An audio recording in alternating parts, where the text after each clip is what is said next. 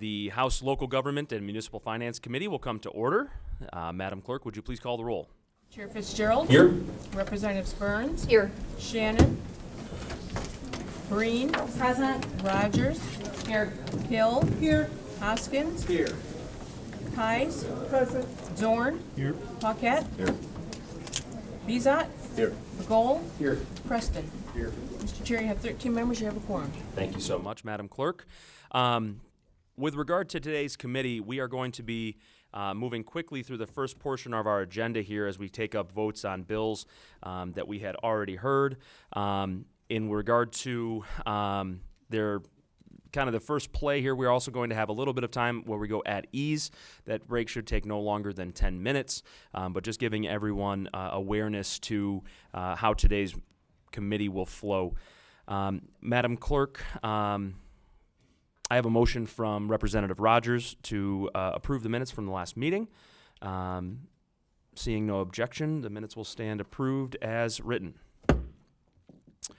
So first, we're going to take up House Bill 4860. This was a Representative Menser bill that was heard last week.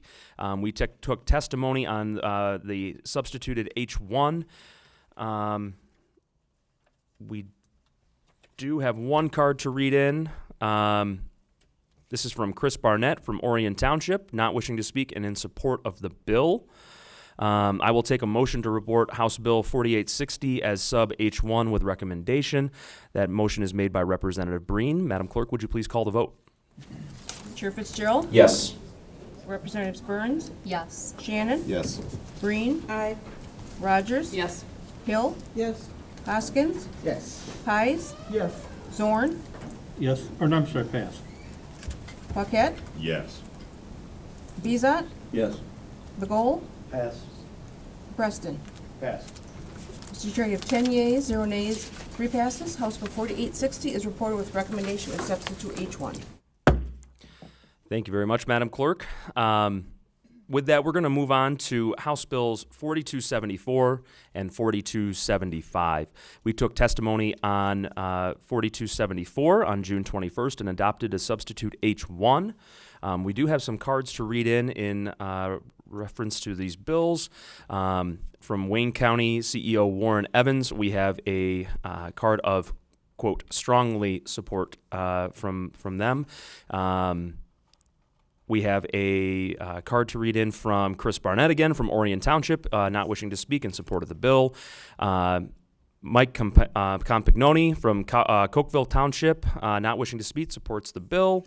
Nicole Fisher with M Parks, not wishing to speak, supports the bills. And Dina Bosworth from MAC, not wishing to speak and supports the bills.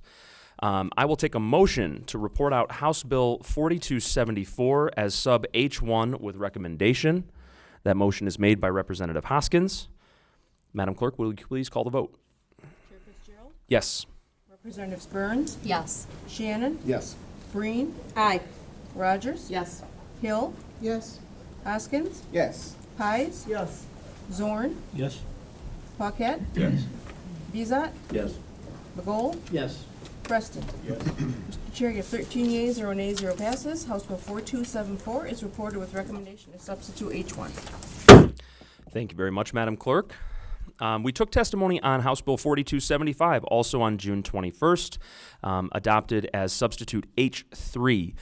Those cards that I read in previously were also in reference to this bill, and thus I will take a motion to report House Bill 4275 as H3 with recommendation. That motion is made by Representative Breen. Madam Clerk, will you please call the vote? Chair Fitzgerald. Yes. Representatives Burns. Yes. Shannon. Yes. Breen. Aye. Rogers. Yes. Hill. Yes. Hoskins. Yes. Pies. Yes. Zorn. Yes? Paquette. Yes. Bizot. Yes. McGoal. Yes. Preston. Yes. Mr. Chair, you have 13 yeas, 0 nays, 0 passes. House Bill 4275 is reported with recommendation of substitute H3. Thank you, Madam Clerk. With that, the Local Government Municipal Finance Committee will go at ease.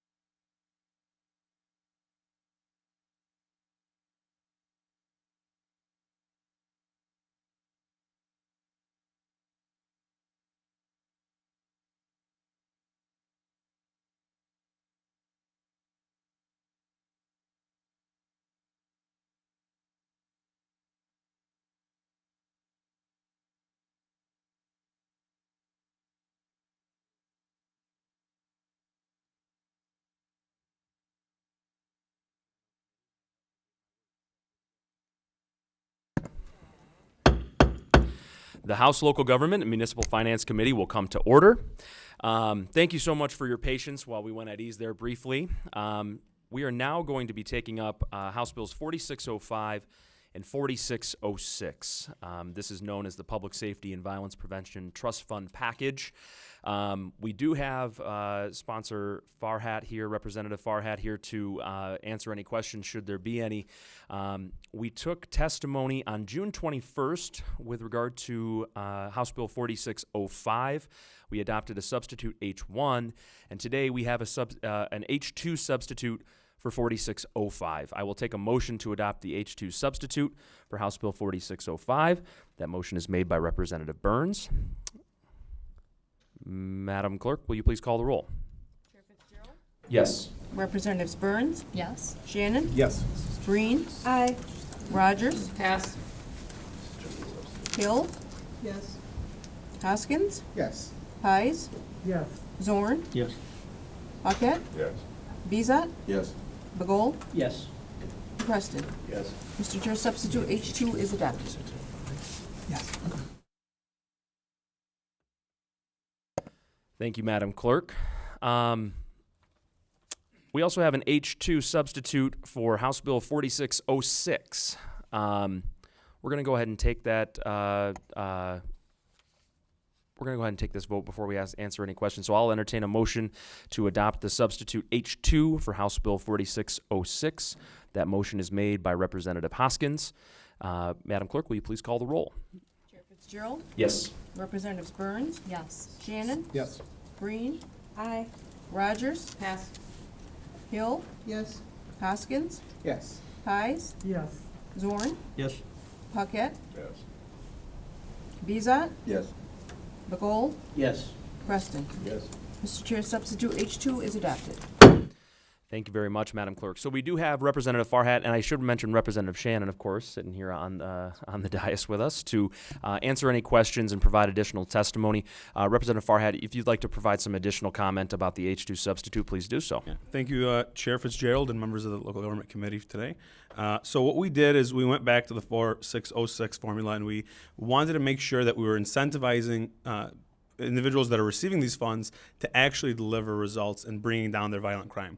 And so what we said is after 3 years of the fund being active, if you are not able to actualize a 5% reduction in crime, then you will see a reduction in your allocation by 5%. And if after a few years after that, I believe in this case it's 2 years more after that, you're not able to see an additional 5% or 10% total in this case, then you will see an additional 5% reduction in your funding. And that money will go back into the fund to cities who are able to or have been able to meet that standard and meet that goal of bringing down violent crime. Right? And so it'll essentially make the fund 90% entitlement based and 10% what we would call performance based, cities that are able to or communities that are able to bring down their crime. And it helps free up some dollars there for smaller communities who are just, again, meeting that standard of bringing down violent crime and aren't as violent as maybe larger cities are. Representative Farhat, thank you very much for providing that additional comment.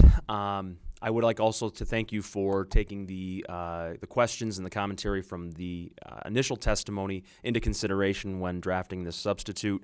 I know that was a comment about are we incentivizing more or less the bolstering of those violent crime numbers as opposed to the reduction of those numbers. So thank you for taking that into consideration. I have a question from Representative Hill. Thank you. And we've had numerous conversations about this bill and its impact on areas in particular that might not have the rates of violent crime, which are very unfortunate. And I do want to make sure that we do what we can to support those communities in Michigan that are suffering from this problem. This is one of those issues where there's just these, some communities are very, very impacted by a particular issue, and other communities are suffering from other kinds of problems. So I'm looking forward to having further conversations here at local government on some of the work that needs to be done, particularly in speaking to my public safety officers in the Upper Peninsula. Unfortunately, methamphetamine use is driving a lot of violent crime, And so addressing the root of the problem by getting at that substance abuse issue and addiction issues, and in particular how our county jails are going to be able to provide services to people who come in addicted and are no longer getting their drug treatment, is something I really look forward to working on. And if I may, Chair, just to build on that point, Representative, that's an area that I care deeply about as well. Part of why this package is, violence prevention is so that on the front end we can help to combat the drug epidemic that we're seeing and the violence that's associated with it. But I'm 100% committed to being a partner with you on those same problems. Thank you, Representative Hill. I know your constituents back home appreciate you raising that issue. It's important back home for you. Representative Rogers. Thank you, Chair. I want to make it clear that I support these bills in concept. I really appreciate the bill sponsors' creativity with bringing these ideas to us. However, coming from local county government, I do think that we need to make a path forward to include counties. I just want to give quickly the example of I used to represent the township of Ashimo, which is side by side with the city of Kalamazoo, and a commercial corridor joins the two, and violent crime is happening all along that violent corridor. And just because a crime is happening in a town, in an area of a county that is underserved, does not mean that they should not be included in this financial package. That could be a significant asset in helping all of us. I also just want to walk through what often happens with a 911 call. So when a 911 call comes in and it's in an area that is not served by a contractual law enforcement area like a city, the county is required by statute to provide these essential services. And so oftentimes the road patrol or whoever's in the area from county will go out and respond to that call. And then ultimately, oftentimes, these folks end up in our county jails.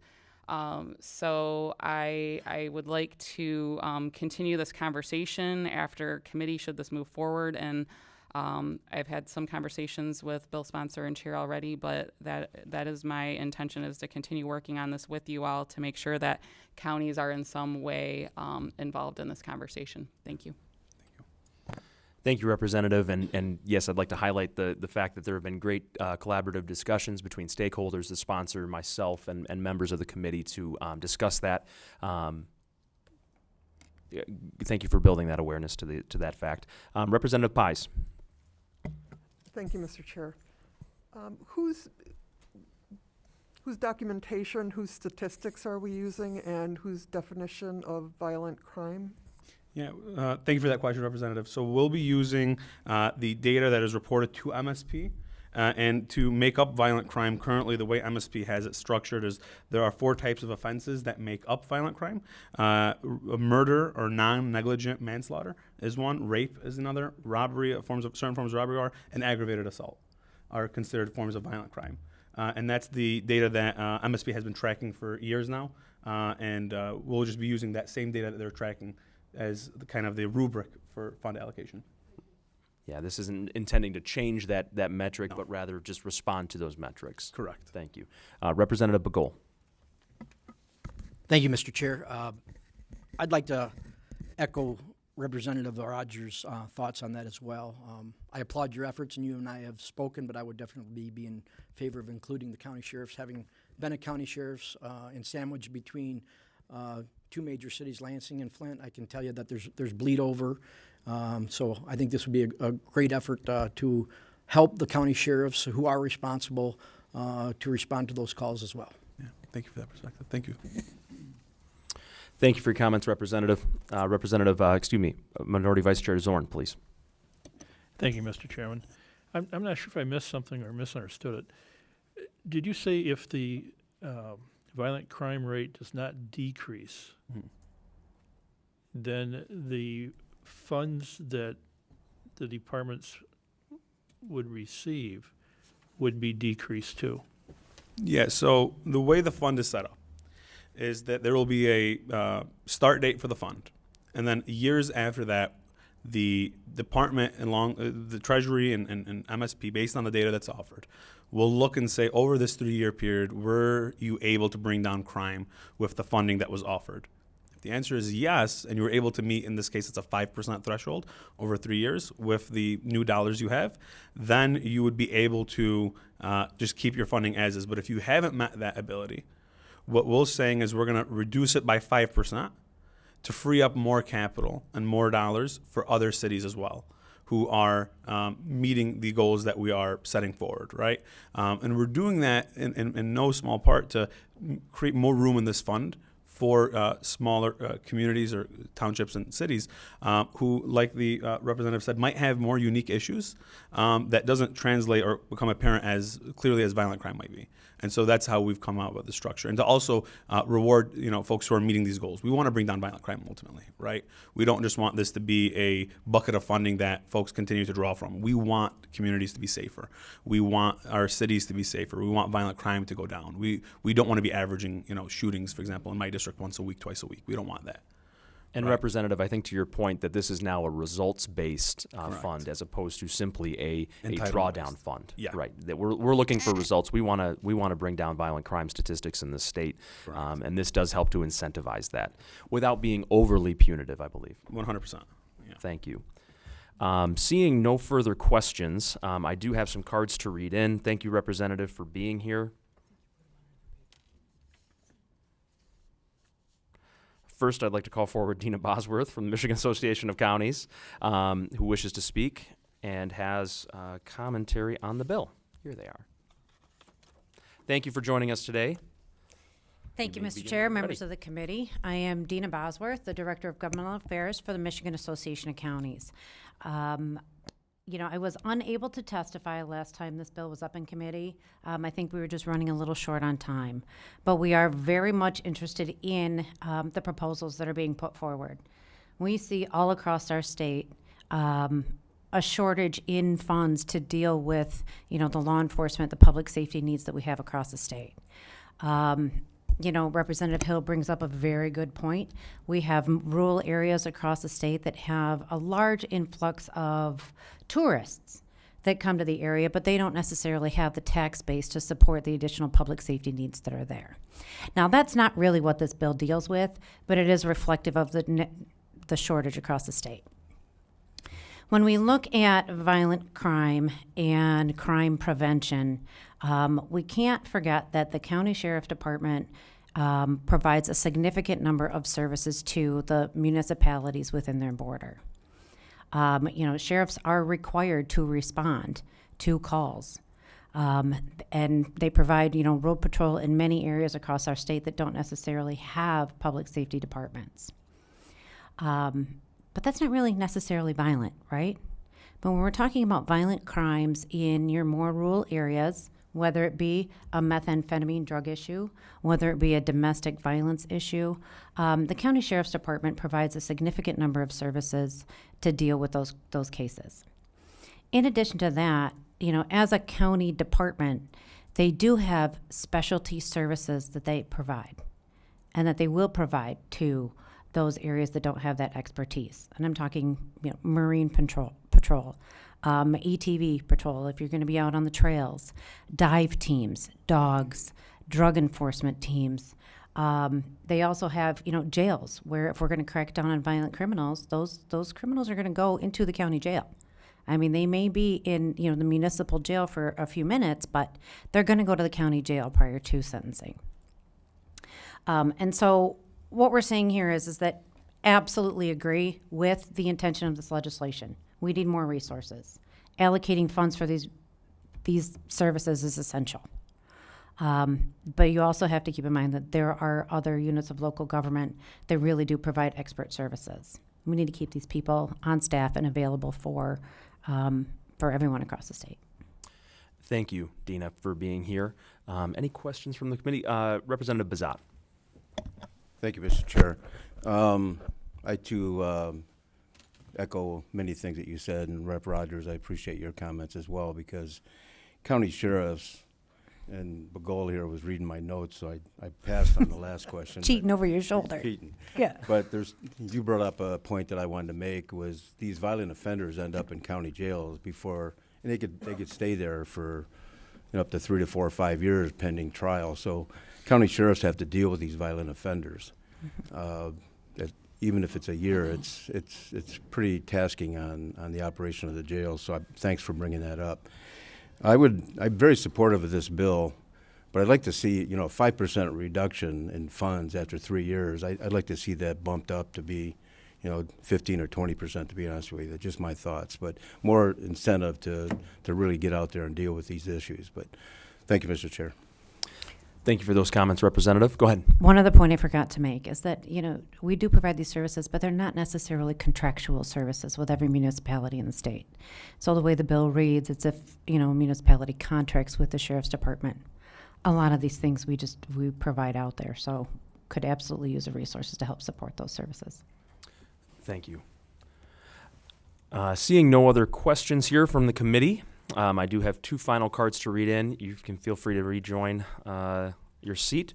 I have a card not wishing to speak supportive of the bill is John Fournier from the city of Ann Arbor. Not wishing to speak supportive of the bill is Mike Spence from SEMCOG. And that is all the cards that we have today. Just to wrap up commentary on that, I did mention that there's been great conversation and collaboration between a number of groups, including Representative Rogers, Michigan Association of Counties, stakeholders, sponsors. This is a conversation that we're going to continue. We want to make sure that this is effective. We want to make sure that this does provide resources that meet the results-based metrics that we're trying to accomplish. So with regard to the counties, we understand where you are coming from. There is an amendment in draft form that is still being consulted. And so as these conversations develop, I think this is great to advance the conversation and bring that forward out of committee today. So with that, I will take a motion to report House Bill 4605 as sub H2 with recommendation. That motion is made by Representative Breen. Madam Clerk, will you please call the vote? Chair Fitzgerald. Yes. Representatives Burns. Yes. Shannon. Yes. Breen. Aye. Rogers. Pass. Hill. Yes. Hoskins. Yes. Pies. Yes. Zorn. Pass. Paquette. Pass. Bezat. Pass. Beagle. Pass. Preston. Pass. Mr. Chair, you have 7 yeas, 0 nays, and 6 passes. House Bill 4605 is reported with recommendation as substitute H2. Thank you, Madam Clerk. I will now take a motion to report House Bill 4606 as sub H2 with recommendation. I have a motion from Representative Shannon. Madam Clerk, will you please call the vote? Chair Fitzgerald. Yes. Representatives Burns. Yes. Shannon. Yes. Breen. Aye. Rogers. Pass. Hill. Yes. Hoskins. Yes. Pies. Yes. Zorn. Pass. Paquette. Pass. Bezat. Yes. Beagle. Pass. Preston. Pass. Mr. Chair, you have 7 yeas, 0 nays, 5 passes. House Bill 4606 is reported with recommendation as substitute H2.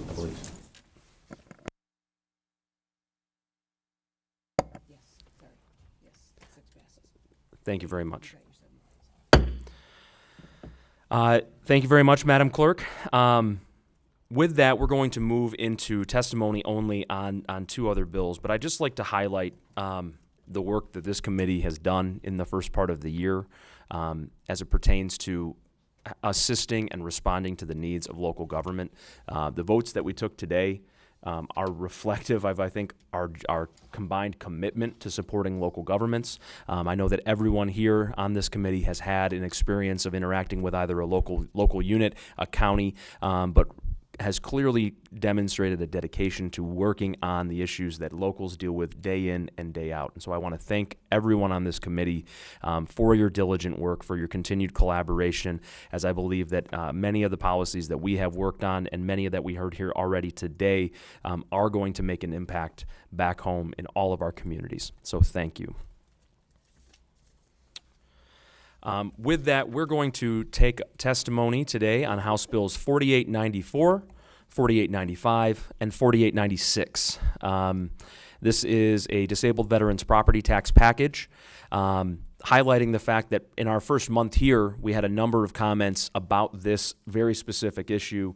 I made, I think, very publicly as we continued to introduce ourselves to the local government committee.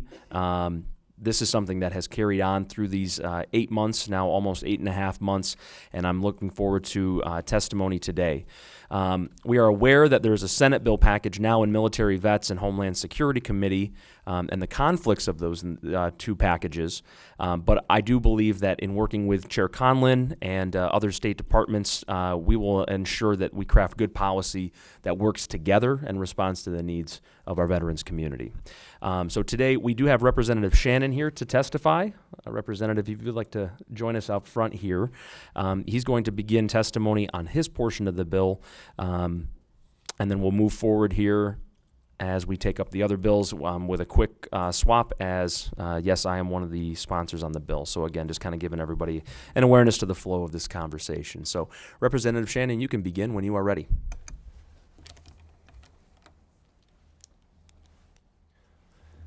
Well, thank you so much, Chair Fitzgerald and committee members.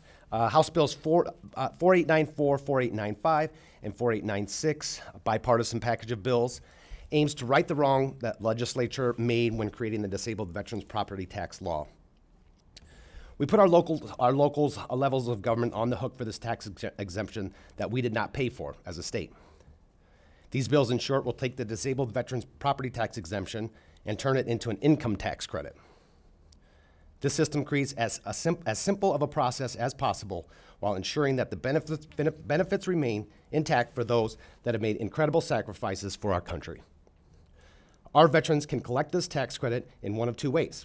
Option one, they can file with their local assessing unit, who can then, on their behalf, file and collect from the state their tax credit to be used to pay the disabled veterans' property tax. Option two, the veteran can pay their property tax and then on their income tax, claim the property tax credit and be reimbursed 100% for the paid property tax. The tax credit cannot be used to offset any tax liability of the claimant. In the case of the outstanding tax liability, the payment will be sent directly to the local taxing unit. Excuse me. This process guarantees that this program will be funded in perpetuity. These bills ensure our local governments receive the funding that they've been losing, that they can go towards roads, law enforcement, and other public services they provide. So thank you so much, Chair and committee members, for your time today. I'm open for any questions that you have. Again, we're going to have additional testimony here this morning, but if there are any questions for the representative, I think we all know the importance of these bills, but any questions from the committee? Representative Bazat. Thank you, Mr. Chair. First off, I'd like to thank our chair for bringing this stuff forward. We talked about this 6-7 months ago, and this is one of your commitments, and I sure appreciate that. Thanks, Rep. Shannon, for bringing this forward as well. My comment, I'll echo what our chair said earlier, was that we have 7 bills out there that are pretty much trying to accomplish the same thing, taking care of our spouses, taking care of the veterans, and then trying to take care of our local units of government. So I just wanted to thank you for what you're doing. Thank you. Thank you very much, Representative. Representative Pies. Thank you, Mr. Chair. Not a question here, but I also just wanted to comment on this, how this will be such a great help to municipalities. Currently, municipalities don't have revenue coming in from the proliferation of charter schools, which don't pay property tax, and nonprofits, which also don't pay property tax, and religious institutions. So for small cities that are really challenged right now on revenue and whose residents have to pick up the cost, if you will, this will be a great thing, and I believe can also lead to tax savings for residents. Thank you. And I think above and beyond that, this really creates protection and a backstop to the significant and worthy benefit to our veterans here, that this is necessary to make sure that this program does not go away, that this is funded in perpetuity. So, any other questions for Representative Shannon? Okay, seeing none. Representative Shannon, thank you so much for your time. You made it very easy on me, so thank you so much. We're going to go very briefly at ease.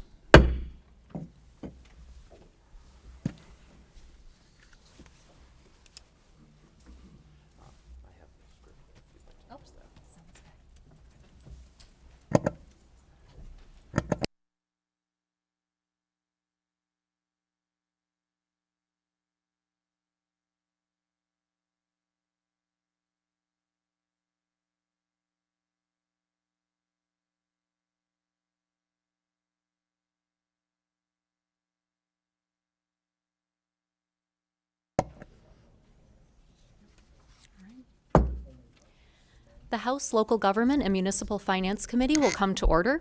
We now have Representative Fitzgerald here to testify. Representative, please begin. Thank you so much, Madam Chair, members of the committee. We are fortunate in this committee to have such a capable vice chair to take over while I come down and testify, so thank you very much. I'm here today to testify in support of House Bill 4896.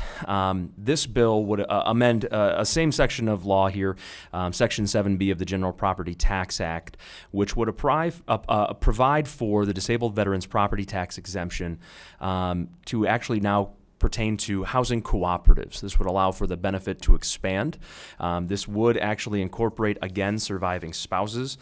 In looking at the bill, if you look through this, you'll recognize that it's page 3, lines 1 through 6 that really outline the need for this with regards to the housing cooperative. This is a hole in the current law that we're missing disabled veterans and their spouses who could be benefiting from this, again, worthy tax exemption. This is closing that loophole and something that I believe that is very much necessary to continuing to support our veterans community here in the state of Michigan.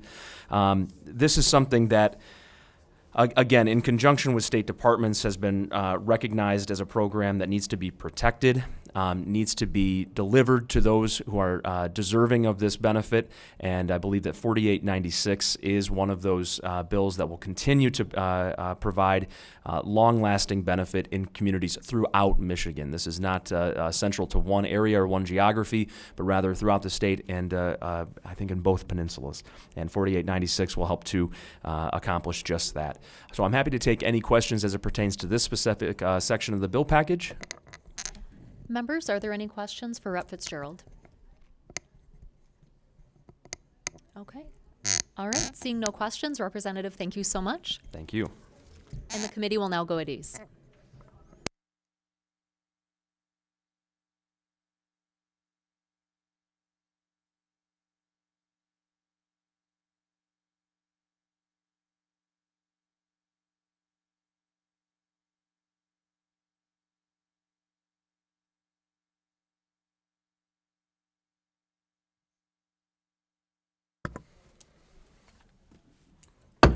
The meeting will come to order.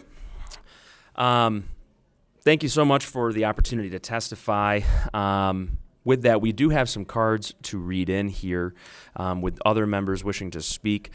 First, I do have a card for both House Bills 4894 and 4895. This is a three-part stool here, I guess, with Judy, Jen, and Dina from Michigan Association of Counties, Michigan Townships Association, and Michigan Municipal League wishing to speak and in support of the bill.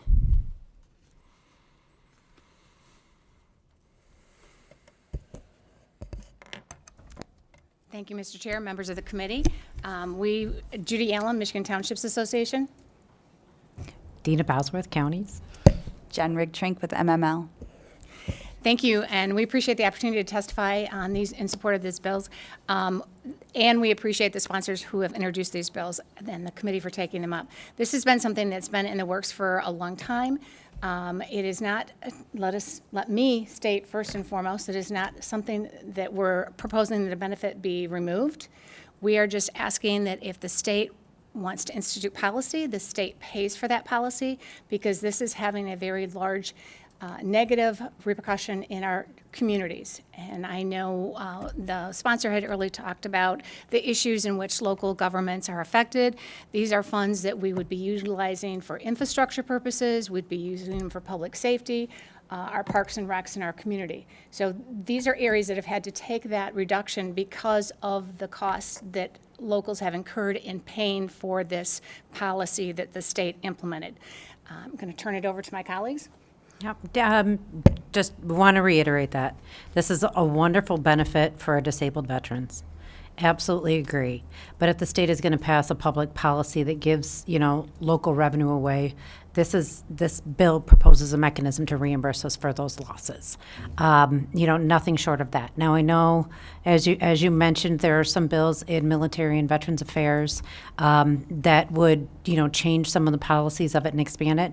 We're not opposed to that as long as that local revenue is our revenue is being reimbursed. And love to be partners with the state in how to make that work. That's it, I think.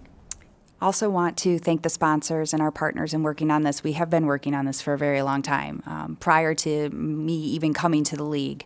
And so being able to get to this point again, to have a committee hearing, thank you. And we look forward to continuing to work as we move these forward. And with the veterans. Thank you so much. Do we have any questions from the committee? Seeing none, thank you three for coming forward and providing your thoughts on these bills. We're going to continue forward then. I do have another member wishing to speak, is neutral on the bill. I'd like to call forward Tim Paxson with the American Legion Department of Michigan. Mr. Paxson, you are welcome to begin when you are ready, and thank you for joining us here today. Thank you, Mr. Chair. Thank you, members of the committee and the sponsors of these bills. I am Tim Paxson. I'm with the American Legion Department of Michigan, the biggest veterans organization in the state, and I'm the legislative chair for them. We support 100% that local units of government, taxing units, be reimbursed for their expenses. Don't get me wrong on that. We, however, find that there's some conflict with these bills and the bills that are floating around both the Senate and the House at this particular time. And not to pick on your bill, Representative Shannon, but it states in 4894 that federal tax money is used. I can look up the page if you need that, but I talked to your legislative director this morning and said shouldn't be federal money. These bills will also require something that the veterans haven't had to do in the past, 100% disabled veterans. They're going to have to file an income tax return. 90% of them don't have enough money that they will file an income tax return. They haven't filed an income tax return in the past.